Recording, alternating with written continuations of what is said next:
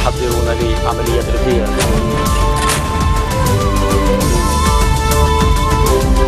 المعادلة اختلفت.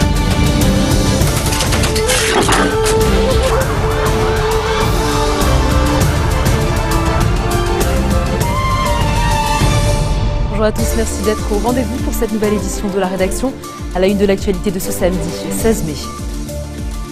Possibilité d'un recours en cassation dans l'affaire Samaha. En cause, le tribunal qui a jugé l'ancien ministre n'a pas visionné les vidéos accablantes le montrant en pleine discussion sur un transfert d'explosifs de Syrie vers le Liban. Flambée de violence autour de Palmyre en Syrie. Les djihadistes du groupe État islamique sont à 1 km seulement de la cité antique. Ils ont de nouveau exécuté des civils la nuit dernière. L'armée syrienne a envoyé des renforts et bombardé les environs de la ville.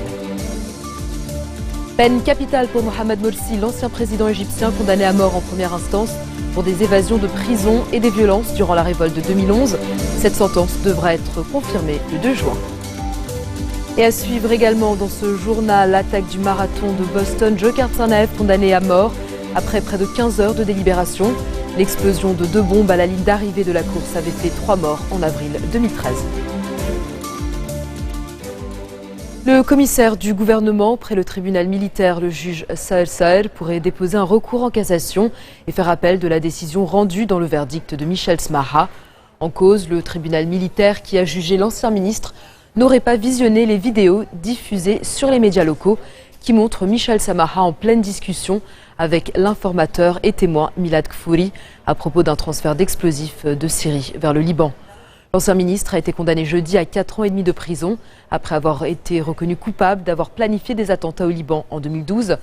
Comme l'année judiciaire est de 9 mois au Liban et qu'il avait été arrêté en août 2012, Samaha devrait être libéré à la fin de cette année. L'armée libanaise a arrêté un responsable du groupe djihadiste État islamique à Laboué dans la Bekaa. Il s'agit de Abdelrahman Bzurbashi, âgé de 21 ans. Il est originaire de Tripoli et surnommé Hafid el-Baghdadi, le petit-fils de Baghdadi, en référence au chef de Daesh. Il tentait de s'échapper de la localité de Hersé, l'encerclé par l'armée au moment de son arrestation.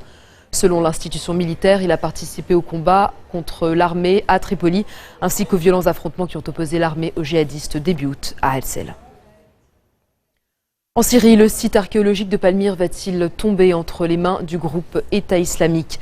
Les djihadistes continuent d'avancer et se trouveraient dans les environs de cette ville antique, classée au patrimoine mondial de l'humanité par l'UNESCO. Palmyre est un site datant de l'époque romaine, donc vieux de plus de 2000 ans. Les combattants islamistes se sont déjà emparés de plusieurs postes de l'armée à l'extérieur de la ville. Hier soir, ils ont exécuté 23 civils, dont 9 enfants, dans un village au nord de Palmyre. En réponse, l'armée syrienne a dépêché des renforts vers la ville pour tenter de repousser les djihadistes. Ces derniers mois, l'organisation de l'État islamique a publié plusieurs vidéos montrant la destruction de sites archéologiques en Irak, notamment ceux de Nimroud et de Hatra, ou encore des antiquités dans le musée de Mossoul. Et puis sachez que les forces spéciales américaines ont tué un haut responsable de Daesh et capturé son épouse dans l'est de la Syrie. L'opération a été menée sous la direction de Barack Obama. En Irak voisin, l'œil resserre l'étau autour des dernières positions des forces armées à Ramadi. Au lendemain de sa prise du QG gouvernemental, le groupe djihadiste semble en passe de prendre cette ville clé, une conquête qui constituerait sa plus importante victoire cette année en Irak. Si l'EI parvenait à prendre totalement Ramadi, il contrôlerait en effet les capitales des 2 plus grandes provinces d'Irak. Mossoul, la capitale de la province de Ninive, au nord, est aux mains des djihadistes depuis juin 2014. Des renforts militaires ont été dépêchés à Ramadi et dans d'autres secteurs d'Al-Anbar pour venir en aide aux troupes. Les avions de l'armée irakienne et de la coalition internationale bombardent aussi les positions djihadistes. Mais ce samedi, pas de signe d'une véritable contre-offensive annoncée la veille par les autorités, alors que les civils fuient la ville en masse. Au Caire, un tribunal de première instance a condamné Mohamed Morsi à la peine capitale. Les magistrats devaient juger des faits d'évasion collective et de violence qui remontaient à la révolte de 2011. Ils ont aussi condamné à mort une centaine d'autres personnes, parmi lesquelles des dignitaires de la confrérie des frères musulmans, des membres du Hamas palestinien et du Hezbollah. Cette décision doit être approuvée par le grand moufti d'Égypte le 2 juin. Les condamnés pourraient ensuite faire appel. Mohamed Morsi a déjà été condamné à 20 ans de prison il y a 3 semaines dans un premier procès pour la répression brutale Des manifestations au cours de son mandat qui n'aura duré qu'1 an. Premier chef d'État élu démocratiquement en Égypte, il a été destitué par l'armée il y a 2 ans sous le commandement du général Abdel Fattah el-Sisi, élu depuis à la tête du pays. Direction le Yémen où les combats font rage ce samedi entre rebelles houthis et partisans du pouvoir dans le sud du pays. Des combats qui menacent la fragile trêve de 5 jours mise en place par la coalition arabe. Ces violences se sont intensifiées à la veille de son expiration. La coalition, qui a suspendu ses raids aériens depuis le début de la trêve mardi soir, a prévenu qu'elle perdait patience face aux violations répétées des rebelles. À Aden, la grande cité du sud, les affrontements se concentrent dans le nord de la ville où les Houthis et leurs alliés tentent de reprendre des positions perdues ces derniers jours.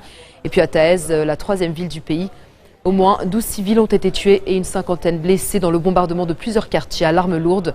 Une conférence de sortie de crise doit se tenir demain à Riyad. Dans un instant, la musique, symbole de la réconciliation entre les États-Unis et Cuba. C'est en fin de journal.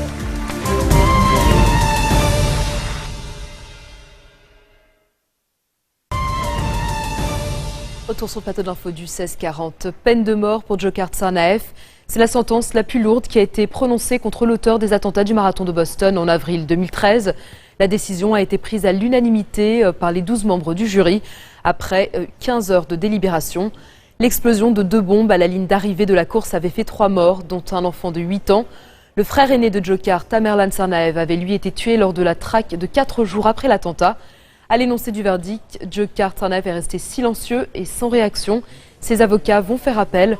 Son exécution pourrait ne pas avoir lieu avant plusieurs années. L'État du Massachusetts a aboli la peine de mort en 1984, mais c'est selon la loi fédérale américaine que Tsarnaev a été jugé et condamné. Plus d'1 millier de migrants clandestins ont débarqué sur les côtes de Thaïlande et d'Indonésie. 3 bateaux surchargés sont arrivés rien que dans la province d'Aceh en Indonésie. Après plusieurs semaines en mer, les migrants sont déshydratés. Ils viennent pour la plupart du Bangladesh où sont issus de la minorité musulmane des Rohingyas persécutés en Birmanie. Fuyant la misère ou les persécutions, les migrants prennent la mer vers le sud pour gagner la Thaïlande, la Malaisie ou encore l'Indonésie. Or, ces 3 pays refusent de les accueillir et repoussent les embarcations qui s'approchent de leurs côtes. L'afflux de migrants a pris de l'ampleur ces derniers jours et la communauté internationale tente de faire pression sur ces pays, mais sans succès. L'une des victimes de l'accident de train qui a fait 8 morts et plus de 200 blessés mardi à Philadelphie a été enterrée. Il s'agit d'un jeune homme de 20 ans, élève de l'Académie navale. Les causes du drame restent inconnues pour l'heure. Un projectile aurait touché le train peu avant l'accident, ce qui arrive régulièrement le long de cette voie qui traverse des quartiers défavorisés. 5 blessés se trouvent toujours en soins intensifs à l'hôpital. L'enquête se concentre sur le conducteur, décrit par ses proches comme une personne sérieuse et motivée par son travail. Interrogé en présence de son avocat, il affirme ne pas se souvenir du moment de l'accident, mais fait preuve d'une bonne connaissance des limitations de vitesse le long du parcours. Son train roulait pourtant 2 fois plus vite que la vitesse autorisée. Les freins ont été actionnés quelques instants seulement avant l'impact. Une alerte pour smartphone en cas de séisme. Cela existe. L'application s'appelle QuakeShare. Elle a été développée par la société française Synsys et son fondateur Pierre-Marie Saran.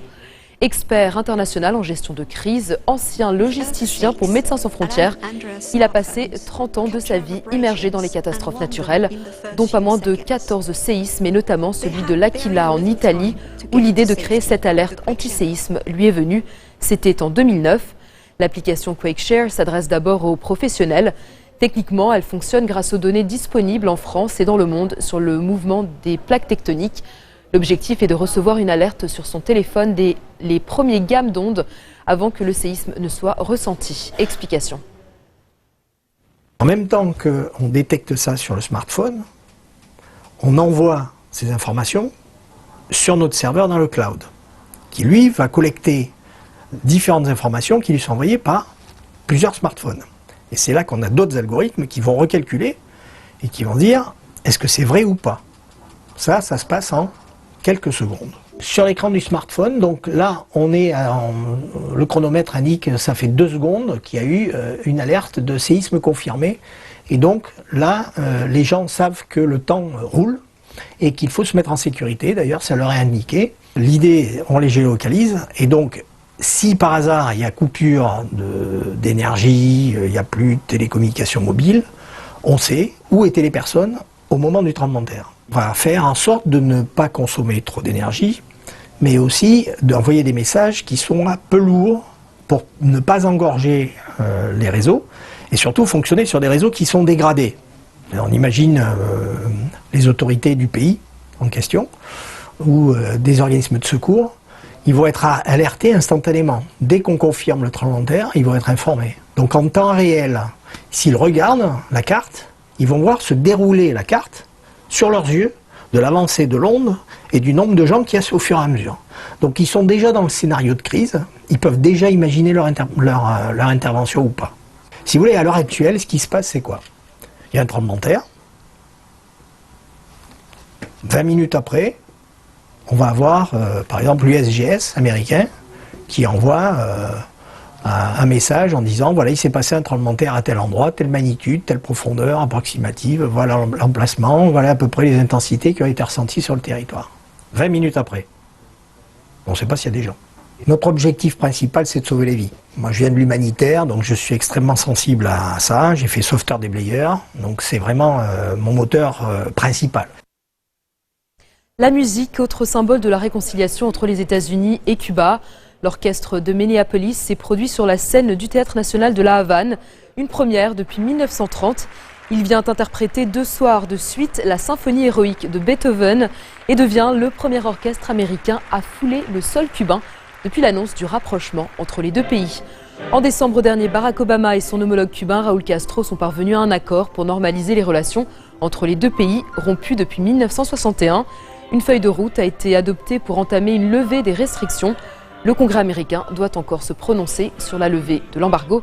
Et en attendant, on se quitte en musique avec ces quelques extraits. Écoutez.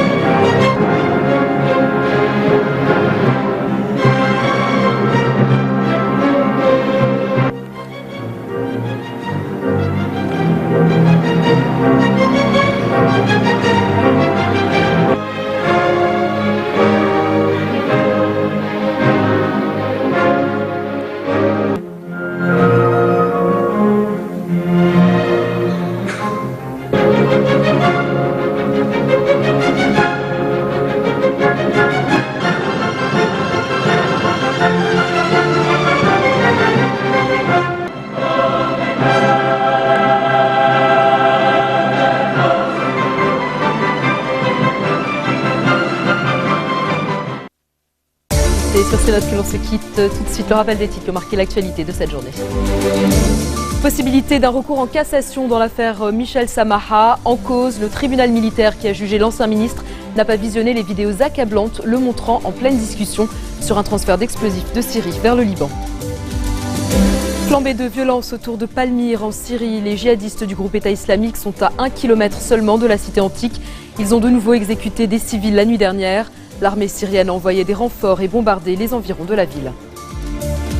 Peine capitale pour Mohamed Morsi, l'ancien président égyptien condamné à mort en première instance pour des évasions de prison et des violences durant la révolte de 2011. Cette sentence devra être confirmée le 2 juin.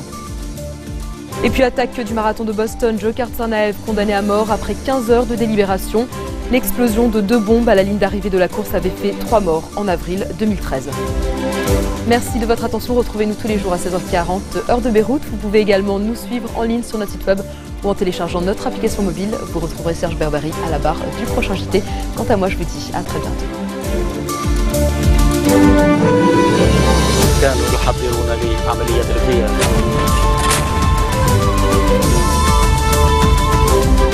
المعادلة اختلفت.